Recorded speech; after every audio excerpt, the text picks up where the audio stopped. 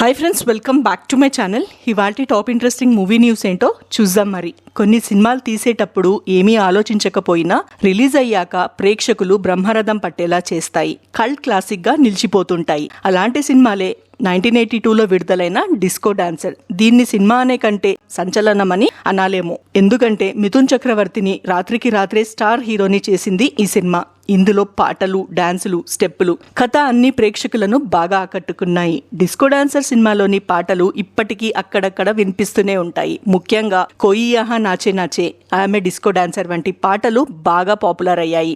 ఈ సినిమాతో మిథున్ చక్రవర్తికి మంచి గుర్తింపు వచ్చింది. ఆయన డాన్స్ కి, నటనకు ప్రేక్షకులు ఫిదా అయిపోయారు. 4 దశాబ్దాలైన ఈ చిత్రం ఇంకా ప్రేక్షకుల మదిలో నిలిచి ఉందంటే అది ఎంతగా ఆకట్టుకుందో అర్థం చేసుకోవచ్చు. అలాంటి కల్ట్ క్లాసిక్ మూవీ సీక్వెల్ వస్తుందన్న వార్త విని సినీ ప్రియులు సంతోషం వ్యక్తం చేస్తున్నారు. తాజాగా ఈ విషయాలను ఓ చిత్ర దర్శకుడు బబ్బర్ సుభాష్ పంచుకున్నారు.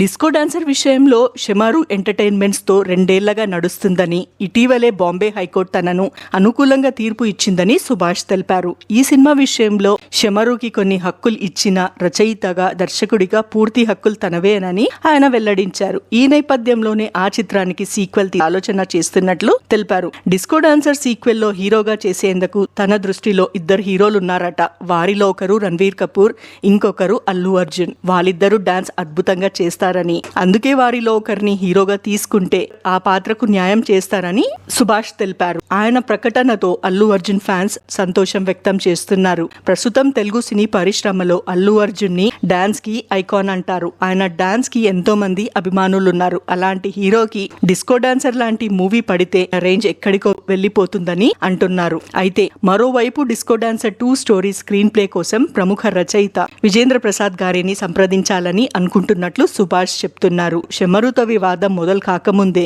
ఆయన కథ రాసేందుకు సిద్ధమయ్యారని తెలిపారు. ఇప్పుడు ఈ వివాదం సార్ట్అవుట్ అవ్వడంతో ఆయనని కలిసి సంప్రదింపులు చేస్తామన్నారు. అయితే సినిమాకి ఆయనే దర్శకత్వం వహించేలా వేరొకరిని అప్పగించాలన్నది హీరో ఫిక్స్ చేశాకే నిర్ణయిస్తామని అన్నారు. మరిన్ని ఇలాంటి ఇంట్రెస్టింగ్ న్యూస్ కోసం please subscribe to my channel.